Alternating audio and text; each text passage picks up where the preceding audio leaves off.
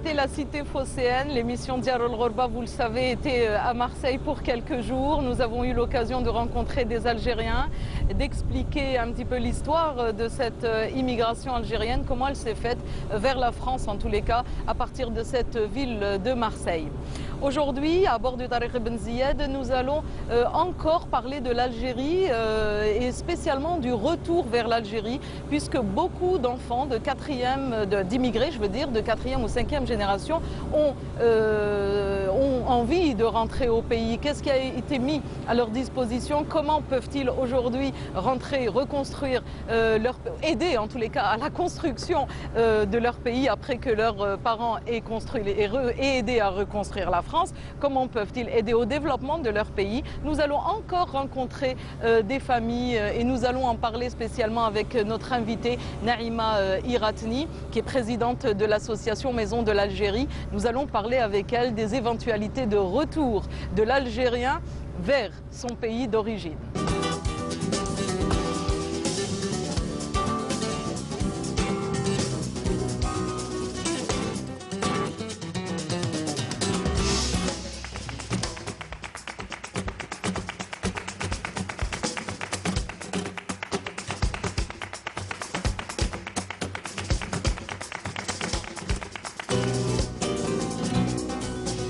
Madame Naïma Iratni, bonjour.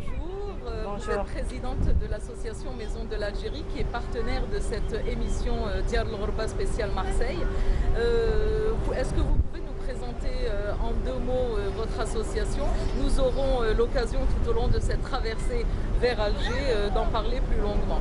Maison de l'Algérie est née d'une initiative de la société civile franco-algérienne établie en France pour mobiliser les énergies, les ressources de part et d'autre et impulser une dynamique de projets et d'ambitions communs. En effet, depuis l'installation des Algériens en France, il y a eu création énormément d'associations algériennes qui activent ou pour s'organiser donc en France ou pour donc les relations avec l'Algérie. Justement, nous étions vous étiez avec nous pour le dîner dans le quartier du Panier. Nous avions assisté au ftour. On avait mangé. L'islam est une religion de partage. Nous avions tous ensemble partagé un repas, le repas du ftour, dans le quartier du Panier, qui est l'un des plus vieux quartiers de Marseille.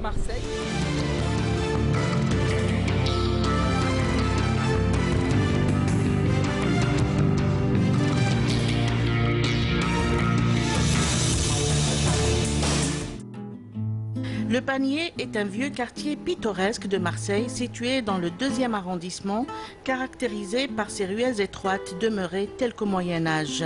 Un quartier populaire qui a vu déferler des vagues d'immigration essentiellement italiennes.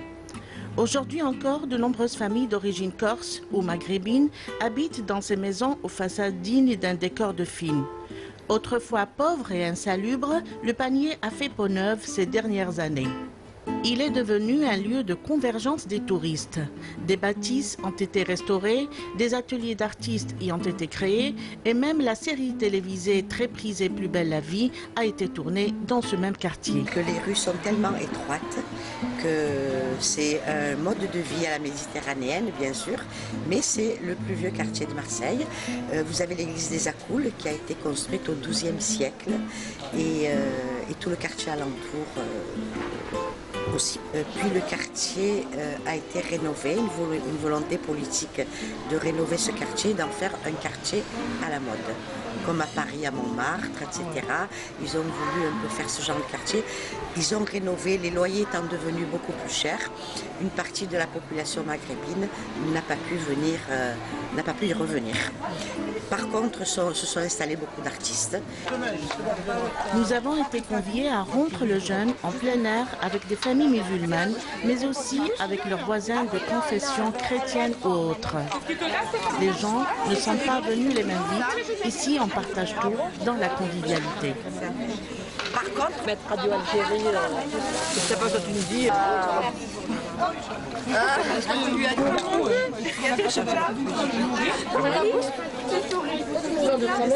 Eh bien, on vit comme ça chez nous, on vit en famille, on vit tous ensemble. Et comme cette place le rappelle un peu notre cher pays, notre chère enfance que j'ai vécue ici, donc comme on est algérien, on veut vivre comme là-bas. Donc on vit dans la rue et on invite les amis, les voisins, les voisines à manger ensemble. Donc à l'occasion du ramadan, on fait ça depuis quelques années, mais sinon on fait ça depuis 25 ans dans la rue. Notre association, c'est une association d'animation. On s'occupe plutôt du temps libre, c'est-à-dire en dehors du travail et de la maison. Donc on évite les activités couture, les activités popote. On fait ça toute l'année, on a des enfants, ils ont grandi. Donc on fait des sorties. La dernière, c'était de l'acrobranche. Les bonnes Fatma accrochées dans les arbres, c'est top délire. Voilà, on essaye de passer du temps ensemble. Il y a des gens qui ont des problèmes. On essaye de se réunir pour faire passer certains problèmes et trouver des solutions à d'autres problèmes. C'est les dates, non? Oui, oui. Oui, c'est les dates. Vraiment à la porte du désert. Je goûte et si je suis malade, je porte plainte. Hein. Je te le dis. Elle a des sous ta mère? Moi je suis pas chocolat déjà à la base. J'aime pas si du chocolat. Là, un sandwich que tu m'as porté, je prends un petit kilo. Eh bien, Naïma, vous étiez avec nous lorsque nous étions dans le quartier du Panier. L'occasion pour nous, effectivement, de rencontrer Fatou, Khaira, beaucoup de personnes intéressantes à Marseille. Mais moi, ce que j'ai remarqué à Marseille, nous sommes venus vers vous, vous êtes nombreux. En fait, il n'y a pas tant que ça, je ne vais pas dire que vous vous entendez pas tant que ça, les associations entre elles, mais je veux dire, par exemple, nous avons eu des difficultés de tournage. On nous a dit, puisque vous avez rencontré cette association-là, eh bien nous n'accepterons pas de passer dans la même émission cette association. Donc moi, je ne sais pas, en tant qu'Algérien, on devrait plutôt se mettre la main dans la main et travailler ensemble. Absolument. Dans un seul objectif. Ouais. Vous mettez le doigt vraiment le point sensible. La déchirure de la communauté algérienne, elle commence à durer et elle dure depuis longtemps. Il n'y a aucune initiative. Bon, c'est des associations qui travaillent chacune de leur côté, travaillent le terrain.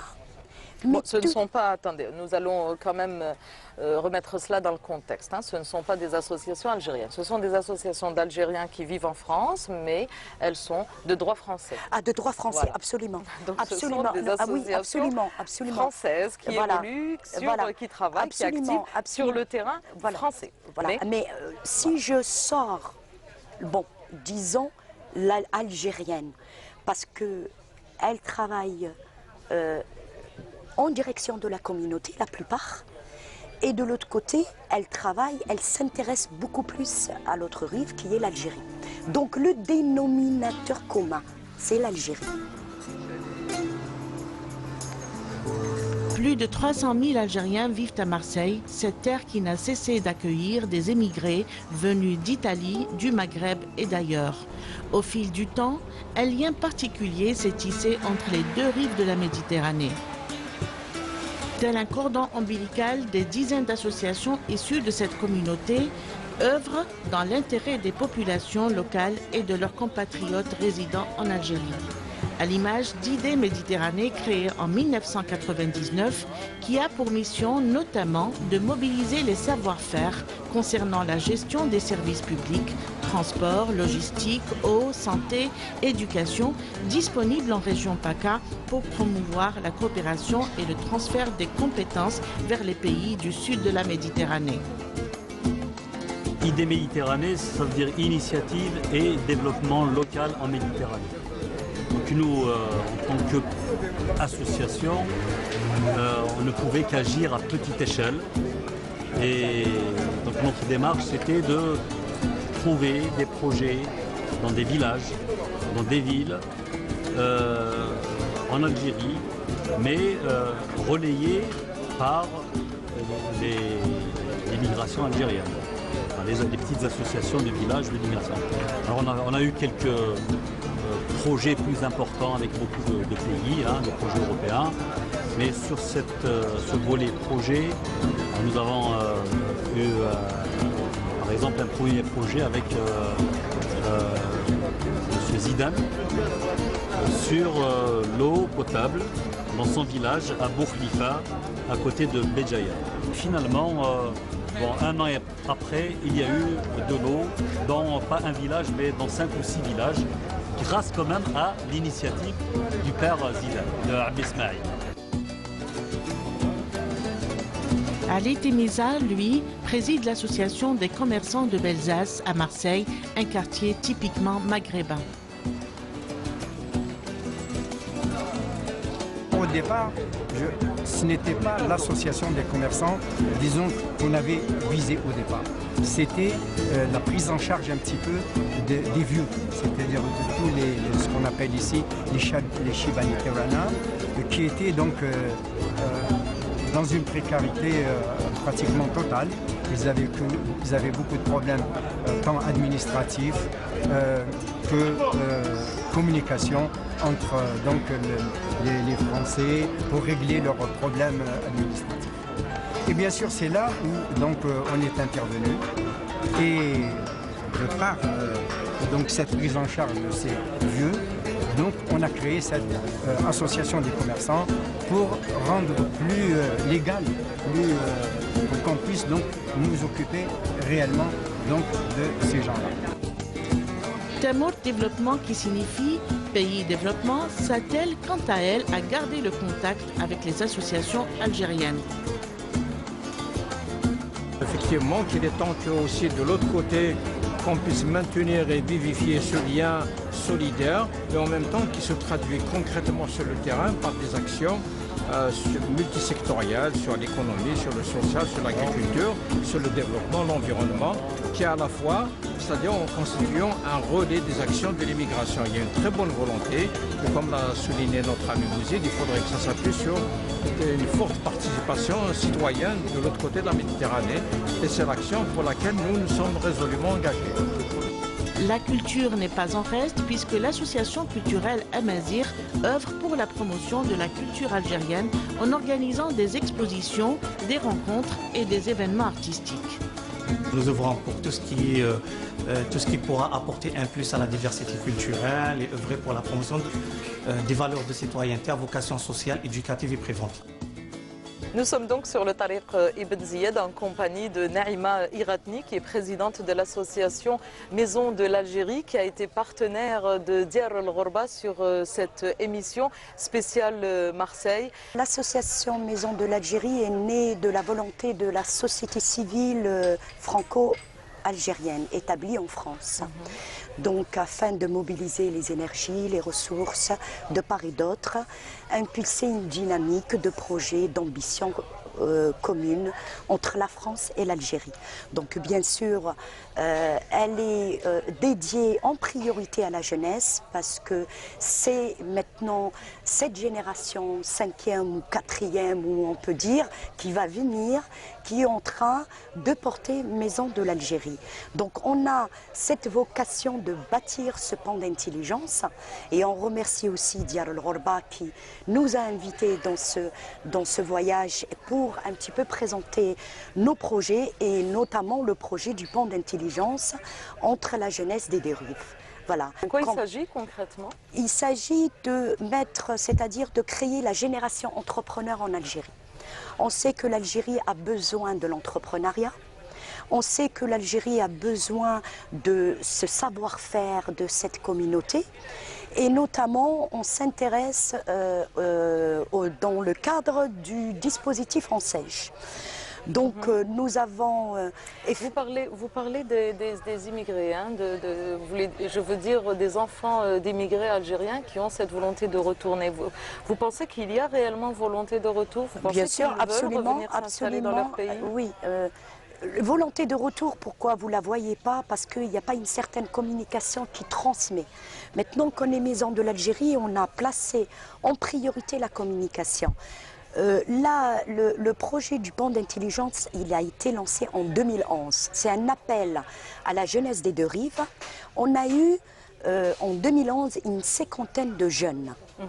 Et on a eu aussi des jeunes algériens. Parce que l'idée, c'est de créer entre les jeunes binationaux vivant en France et les jeunes algériens, du partenariat dans le cadre de l'entrepreneuriat. Le problème qui s'est posé en 2011, c'est que les binationaux n'avaient pas droit à accès juste pour le problème de résidence. On s'est battu pour avoir n'avait pas les moyens en Algérie de réaliser un projet. Non, ce n'est pas le moyen, c'est le dispositif. C'est dans le cadre de la loi. La loi parce qu'ils ne sont pas résidents en France, mais plutôt parce qu'ils sont résidents en France. Excusez-moi, c'est le mal de mer. Ils ne sont pas résidents en Algérie. Ils sont résidents en France. Oui. Voilà. Donc Maison de l'Algérie s'est battue à travers tous les combats qu'elle a menés auprès des autorités algériennes pour qu'il y ait cette possibilité que les binationaux aient droit à l'accès du dispositif Lancège. Dispositif Lancège. Et là, ça va être possible. Et c'est un projet de loi qui va se mettre en place, voté par l'Assemblée en janvier 2015, dans le cadre de la loi des finances 2015. Donc c'est pour très bientôt, quoi. Ah oui, c'est très très bientôt. C'est pour ça qu'on a relancé. Et c'est aussi d'apporter ce rapport de force. Parce que bon, on s'est fait un petit peu berner, la communauté, on nous a promis tout le long des années précédentes qu'on va faire, on va ci, on va ça. Là, on est en train de s'organiser avec les jeunes qui se sont inscrits en 2011. Et là, aujourd'hui, on appelle encore une fois à cette jeunesse de s'inscrire et de porter leur voix à travers le pan d'intelligence. Donc, le dispositif... Il y a eu, excusez-moi Naïma Iratni, il y a eu des retours vers l'Algérie, d'enfants d'immigrés de 3e ou 4e génération. Il y a eu des retours vers l'Algérie, mais sur fond personnel. Il y a eu des jeunes qui sont revenus en Algérie avec leurs propres fonds. Bien sûr, mais là, on s'adresse à une catégorie de jeunes qui sont dans des quartiers. Malheureusement, les quartiers sensibles de France, c'est des jeunes qui ont des parcours d'études, d'excellents parcours. C'est des jeunes qui sont convoités par les États-Unis, par le Qatar. Et pour nous, on se dit, il y a un vivier, pourquoi ne pas profiter? En fait, ces jeunes-là préféreraient aider au développement de leur propre pays au lieu d'aller développer d'autres pays. Jusqu'à maintenant, ça n'a pas été fait.